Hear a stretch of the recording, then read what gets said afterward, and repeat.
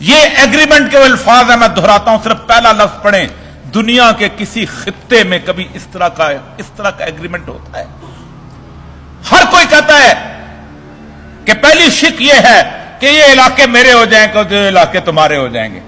دوسری شک ہوتی ہے میرے قیدی تم چھوڑ دو گے، تمہارے قیدی تم چھوڑ دو گے۔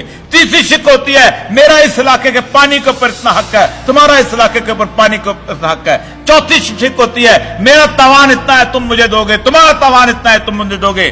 یہ ایگریمنٹ ہے جو 7 اور 8 جولائی کو ان کے درمیان روڈ میپ کے طور پہ ہوا ہے، جس کا فائنل ایگریمنٹ ہونے والا ہے۔ اس کی پہلی شک آپ لوگوں کے لیے یہ پڑھ کے سناتا ہوں، آپ حیران ہو جائیں گے، حیران ہو جائیں گے۔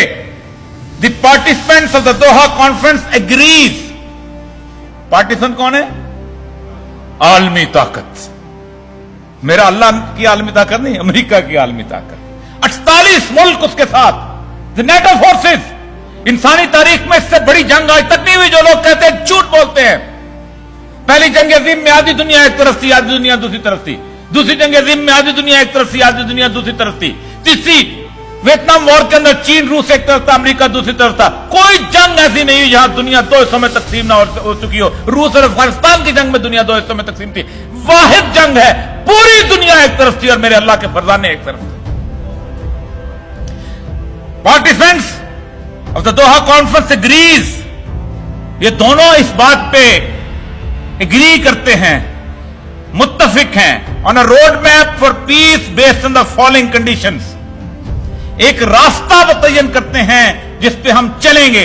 اس راستے کا پہلا لفظ سنیں، اگلے میں نہیں پڑھوں گا، اگلے بہت چھوٹی چھوٹی باتیں ہیں۔ انسٹیٹیوشنلائزنگ، ادارے مضبوط کرنا، آج کا بڑا لفظ بولا جاتا ہے۔ Islamic system in the country for the implementation of the comprehensive peace. ہر ادارے کو اسلام کے رنگ میں ڈھالنا، پہلا ایگریمنٹ، کوئی اور نہیں مانگا، کوئی اور مطالبہ نہیں ہے۔